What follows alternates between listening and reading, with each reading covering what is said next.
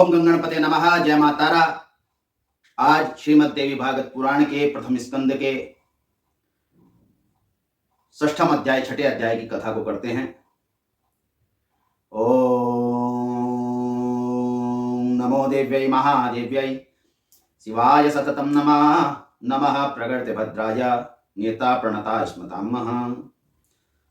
ऋष्य उचुः सौम्यजच्चत्वया प्रोक्तं सौरेर्युद्धर्महर्णवे मधुकैटभयो सार्ध पंचवर्ष सहस्त्रकम्। ऋषियों ने कहा, हे सौम्य सूत जी, मधुकैटभ ने किस प्रकार 5000 वर्षों तक भगवान विष्णु के साथ युद्ध किया, इस कथा के विषय में आप हमें कहिए। कस्मातो दानवो जातो तस्मिन्ने कार्णवे जले महावीर्यो दुराराधो देवेरपि सुदुर्जयो। किस प्रकार में दुर्जय हुए, किस प्रकार उनकी उत्पत्ति हुई तथा किस प्रकार उन्होंने एकार्णव समुद्र के अंदर क्रीड़ाएं की, इस विषय में हमें ज्ञान दीजिए। कथम वा सुरो जातो कथम वा हरिणा हतो तदा आचक्षु महाप्रज्ञ चरितम परमाद्भुतम।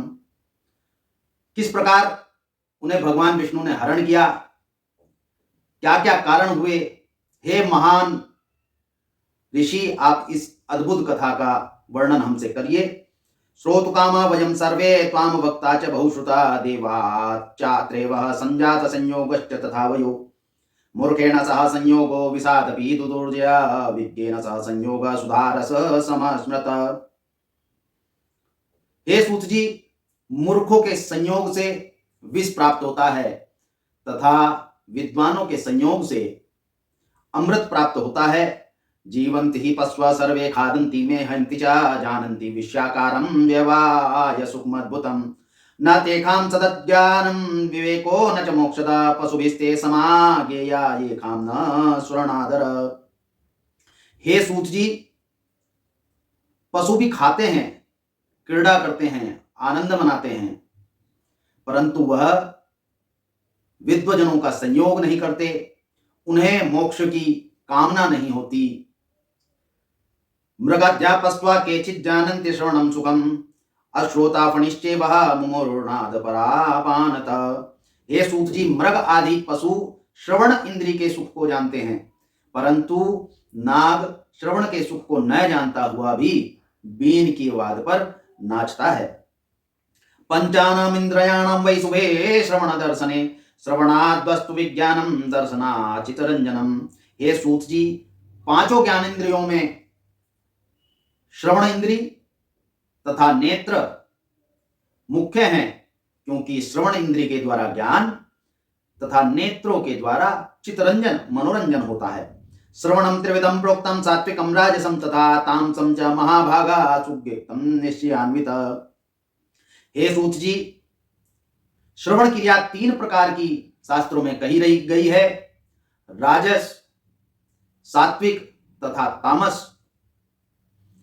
सात्विक त्रिविधम प्रोक्तम प्रज्ञावद्दिष्ट पंडिते उत्तमं च मध्यमं चैव तथैवाधम इत्युमम्। हे सूत जी, सात्विक श्रवण को भी 3 भागों में विभक्त किया गया है, उत्तम, मध्यम तथा अधम। उत्तमं मोक्ष फलदं स्वर्गदं मध्यमं तथा अधमं भोगदं प्रोक्तम निर्णयं विदितं बुधे। उत्तम मोक्ष फल को प्रदान करने वाली, मध्यम स्वर्ग को प्रदान करने वाली तथा अधम भोग आदि को प्रदान करने वाली है। साहित्यम चैव त्रिविधम चीकायं चोत्तमं स्मृतम मध्यमं वार्योखायां परोढ़ायां तथा अधम। हे सूत जी, साहित्य 3 प्रकार का कहा गया है, जिसमें स्वकीय अपनी स्त्री का वर्णन उत्तम, वैश्य आदि का वर्णन मध्यम तथा पर स्त्री का वर्णन अधम कहा गया है। तामसं त्रिविधं ज्ञेयं विद्वद्भिः शास्त्रदर्शिभिः आतातायिन युद्धं जदत्तम उदाहृतम्। हे सूत जी, तामस भी 3 विधि से कहा गया है। आतताइयों के युद्ध का वर्णन उत्तम, पांडवादि धर्म के युद्ध का वर्णन मध्यम तथा विवाद और कलह का वर्णन अधम कहा गया है। तदत्र श्रवणम मुख्यम पुराणस्य महामते बुद्धि प्रवर्धनम पुण्यम तथा पाप प्रणाशनम। हे सूत जी, इस श्रवण क्रिया में पुराण का सुनना सर्वोत्तम है, जो बुद्धि को प्रदान करने वाला है, पुण्य को प्रदान करने वाला है तथा यह पापों का विनाश करता है। तदाख्या ही महाबुद्धे कथाम पौराणिकी शुभाम श्रुताम देपायनात् पूर्वम सर्वार्थश्च प्रसादिनीम। हे सूत जी, आपने व्यास जी के मुख से जो कथा सुनी है वह है श्रीमद् देवी भागवती की कथा। आगे हमें कहिए। सूतुवाच यूयं धन्या महाभागा धन्योऽयं पृथ्वीतले ये खाम श्रवण बुद्धिश्च ममापि कथने किल पुरा चेकार्णवे जाते विलीने भुवनत्रये शेष पर्यंत सुप्ते च देवदेवे जनार्दने। हे ऋषियों, आप इस पृथ्वी पर महाभाग हैं, कथा भी महाभाग है, क्योंकि आप श्रवण करना चाहते हैं और मैं इस कथा को कहना चाहता हूं।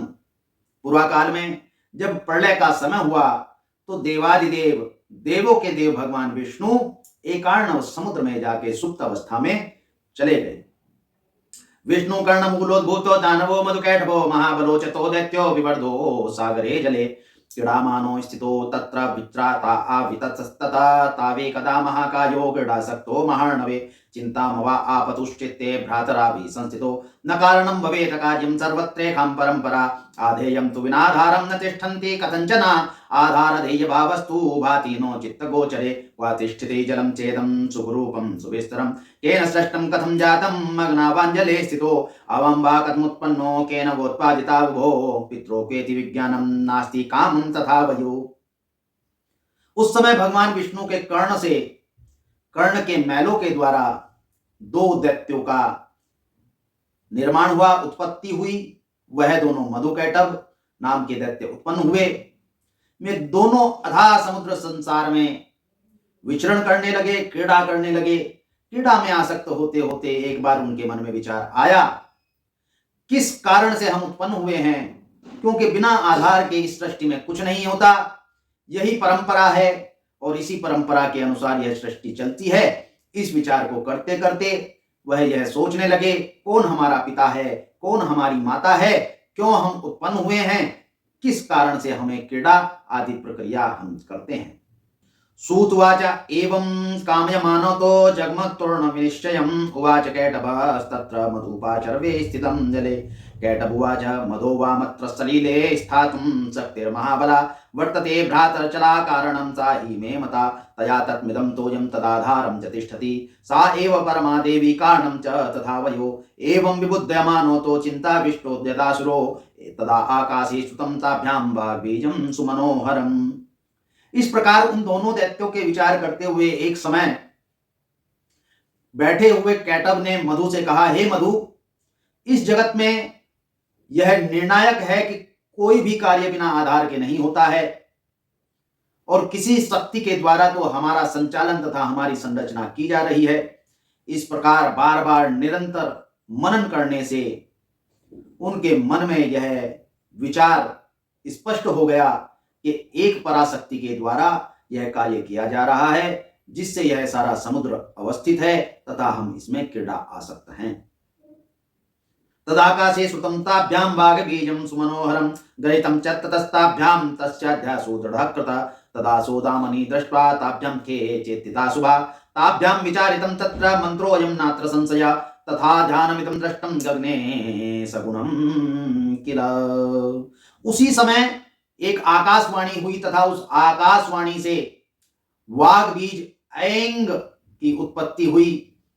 दोनों दैत्य बंधु मधु कैटभ ने उसी समय पर आकाश में सौदामनी बिजली को देखा। उन्होंने उसी के स्वरूप का ध्यान करना प्रारंभ कर दिया तथा यह विचार कर लिया कि यह जो ऐंग बीज है, यह मंत्र है। वह निरंतर उस मंत्र में समाधिस्थ रहने लगे। निराहारो जितात्मानो तन्मनस्को समाहितो विभूतिर्विचिन्तयेव जप ध्यान परायणो एक वर्ष सहस्त्रम तू ताभ्यं सप्तम महातपा प्रसन्ना परमासक्ते जाता सा परमातयो खिन्नो तो दानवो दृष्ट्वा तप्ते कृत निश्चयो तयोरनुग्रहार्थाय वागुवाच शरीरणी वरं वां वाञ्छितं दैत्यो मृतं परं सम्मतं ददामि परितुष्टास्मि योस्तपसा किले। उस समय वह निराहार तथा सभी इंद्रियों को जीतकर मन आदि पर निग्रह कर 1000 वर्षों तक इसी बीज मंत्र का तथा ध्यान भगवती सौदामिनी का करते हुए तपस्या करने लगे। एक समय भगवती 1000 वर्षों के पश्चात खिन्न होकर उन पर प्रसन्न हो कहने लगी, हे दानवो, तुम मुझसे मनवांछित वर मांग लो, मैं तुम्हें मनवांछित वर प्रदान करने के लिए तत्पर हुई हूं। सूतुवाच इति श्रुत्वा तु तां वाणी दावा दानवा उचतुस्तदा स्वेच्छया मारणं देवी वरं नो देहि सुव्रते। वागुवाच वाञ्छितं मरणं दैत्यो भवेद्वा मत्प्रसादता अजेयो देवदैत्यश्च भ्रात्रो नात्र संशय। सूतुवाच इति दत्तः वरो देव्या दानवो मददर्पितो चक्रतो सागरे क्रीडां यदो गणसमन्वितो कालेन कियता विप्रा दानवाभ्यं यद्रच्छया दृष्टः प्रजापतिर्ब्रह्मा पद्मासनगतः प्रभु।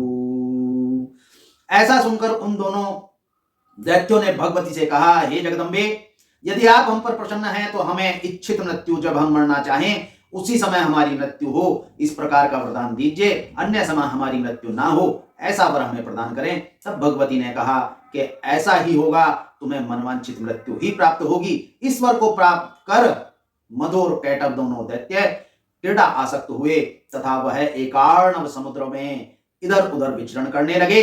एक समय इस प्रकार विचरण करते हुए, क्रीड़ा करते हुए उन्होंने भगवान प्रजापति ब्रह्मा जी को देखा। दृष्ट्वा तु मुदिता वास्तां युद्धकामो महाबलो तमुचतोस्तदा तत्र युद्धं नो देहि सुव्रतं नो चेत पद्म परित्यज्य यथेष्टं गच्छमाचिरं यदि त्वं निर्बलश्चामि क्व योग्यं सुभाषणं वीरभोगमिदं स्थानं कातरोऽसि तिजासः वै यतोरिति वचः श्रुत्वा चिन्तामाप प्रजापति दृष्ट्वा च बलिनो वीरो किं करोमीति तापसः चिंताविष्टस्तदा तस्थो चिंतयन्न मनसा तदा। भगवान ब्रह्मा जी को देखकर मधुर कैटभ बोले, हे प्रजापति, हमारी आपसे युद्ध करने की कामना है।